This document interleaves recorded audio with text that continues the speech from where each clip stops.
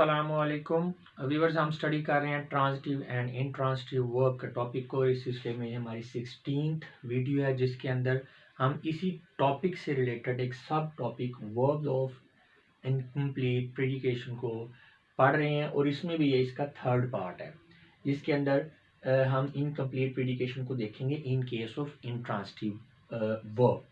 तो ये जो हमारा मेन टॉपिक है ट्रांजिटिव एंड इंट्रांजिटिव वर्ब, इसका ये 16th पार्ट है। ये आपको कंबाइंड फॉर्म के अंदर भी पूरा टॉपिक जो है एक ही वीडियो में कंप्लीट इंग्लिश कोर्स वाली जो हमारी प्लेलिस्ट है उसके अंदर भी अवेलेबल होगा जी। तो अगर हम बात करें इस टॉपिक की कि वर्ब्स ऑफ इनकम्प्लीट प्रेडिकेशन क्या होता है specifically for intransitive verb, an intransitive verb which requires a word, यानी कि ऐसा इंट्रांजिटिव वर्ब जो कि किसी वर्ड को रिक्वायर करता है।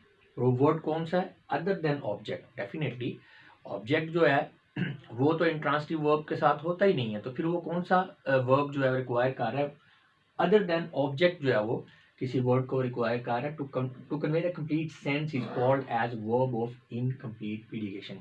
यानी कि एक इंट्रांजिटिव वर्ब है, उसके अंदर आगे जो है ऑब्जेक्ट तो होगा नहीं, लेकिन जो इंट्रांजिटिव वर्ब है इसके बारे में हमें पता है कि ये ऑब्जेक्ट के बगैर ही कंप्लीट सेंस देता है। लेकिन कुछ जो है इंट्रांजिटिव वर्ब्स जो हैं ऐसे भी हैं कि ऑब्जेक्ट नहीं है तो फिर वो सेंस नहीं दे रहे ठीक है। उसके तो उसमें फिर वो उनको कुछ अजाफी वर्ड्स चाहिए जो कि ऑब्जेक्ट नहीं होंगे, ऑब्जेक्ट के अलावा अजाफी वर्ड्स चाहिए अपना मैसेज को कंप्लीट करने के लिए।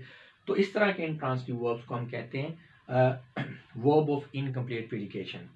To understand this follow the following examples. ये एग्जांपल्स देखेंगे तो ये आपको क्लियर होगा।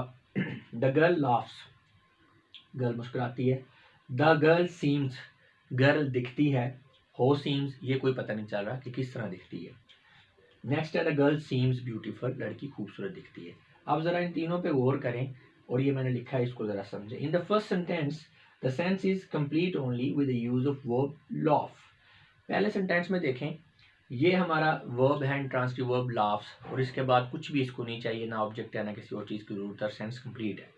सेकंड सेंटेंस के अंदर अब द गर्ल सीम्स, अब ये वर्ब जो सीम है ये अकेला मैसेज कन्वे नहीं कर रहा क्योंकि हमें इस सेंटेंस से ये नहीं पता चल रहा कि कैसी दिखती है वो सीम्स।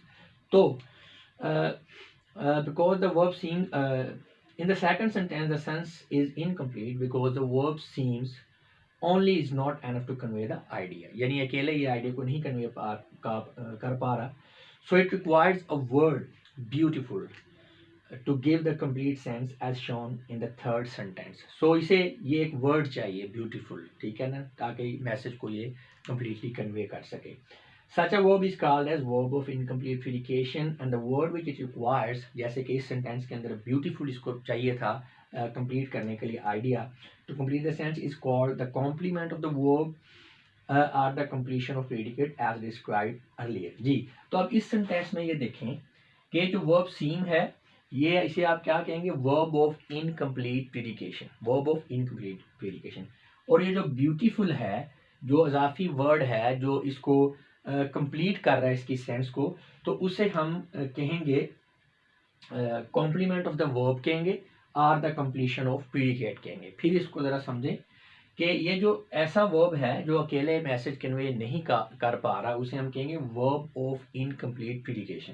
और जो वर्ड है जो उसकी सेंस को कंप्लीट कर रहा है उसे हम कॉम्प्लीमेंट ऑफ द वर्ब कहेंगे, या इसे हम कहेंगे कंप्लीशन ऑफ प्रेडिकेट भी कहेंगे। यानी ब्यूटीफुल को हम कॉम्प्लीमेंट ऑफ द वर्ब भी कहेंगे और कंप्लीशन ऑफ द प्रेडिकेट कहेंगे। इससे पहले वाली वीडियो में भी ये मैं आपको बता चुका हूँ।